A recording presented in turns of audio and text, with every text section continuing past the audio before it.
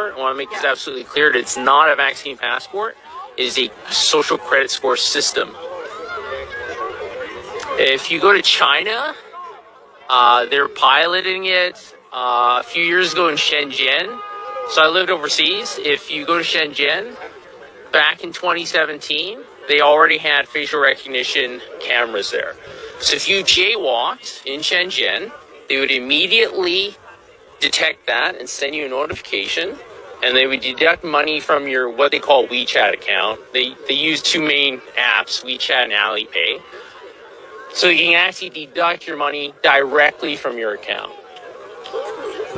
This is 4 years ago, so this is not like some sort of conspiracy theory. It's not something that's going to happen 10 years into the future. This happened pre-corona in China. And so this system in China that exists, it's extremely advanced. They can detect if it's a man or a woman. They can guess your age. They can detect what kind of car model it is, who the manufacturer is. This is a sort of technology that we see in all these dystopian sort of films and whatever. And people keep putting it off and thinking that this is something that's going to happen later in my kid's lifetime or my grandkids. It's already here. And if this gets implemented anywhere, especially in a Western nation, it's not going away. Israel is already talking about the fourth shot. Then they're going to be going to herpes. And they're going to ask if you're gay. They're going to be asking if you ate 3 pizzas this week because it's unhealthy. If you buy certain books from certain countries, your country doesn't like you will lose points in the social credit score system.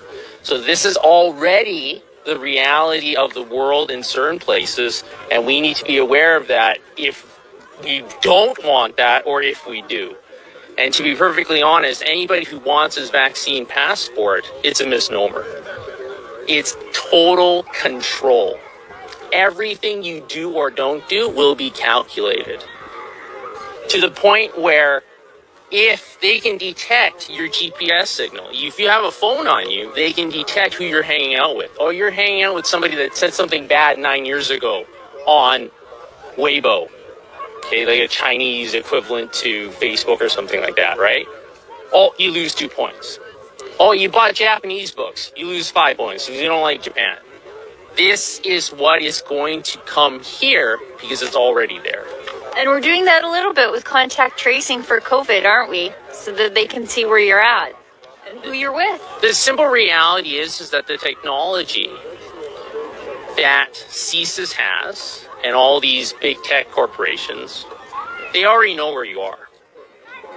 It's just that they don't want to shock the system too much and admit that they have it. Edward Snowden revealed all this back in 2013. He fled to Hong Kong. They wouldn't keep him there, so now he's in Russia. Yeah. But the NSA has all of your information. They know your Google searches from like February 9th, 2004 in a bunker in Colorado. Help me, Rhonda.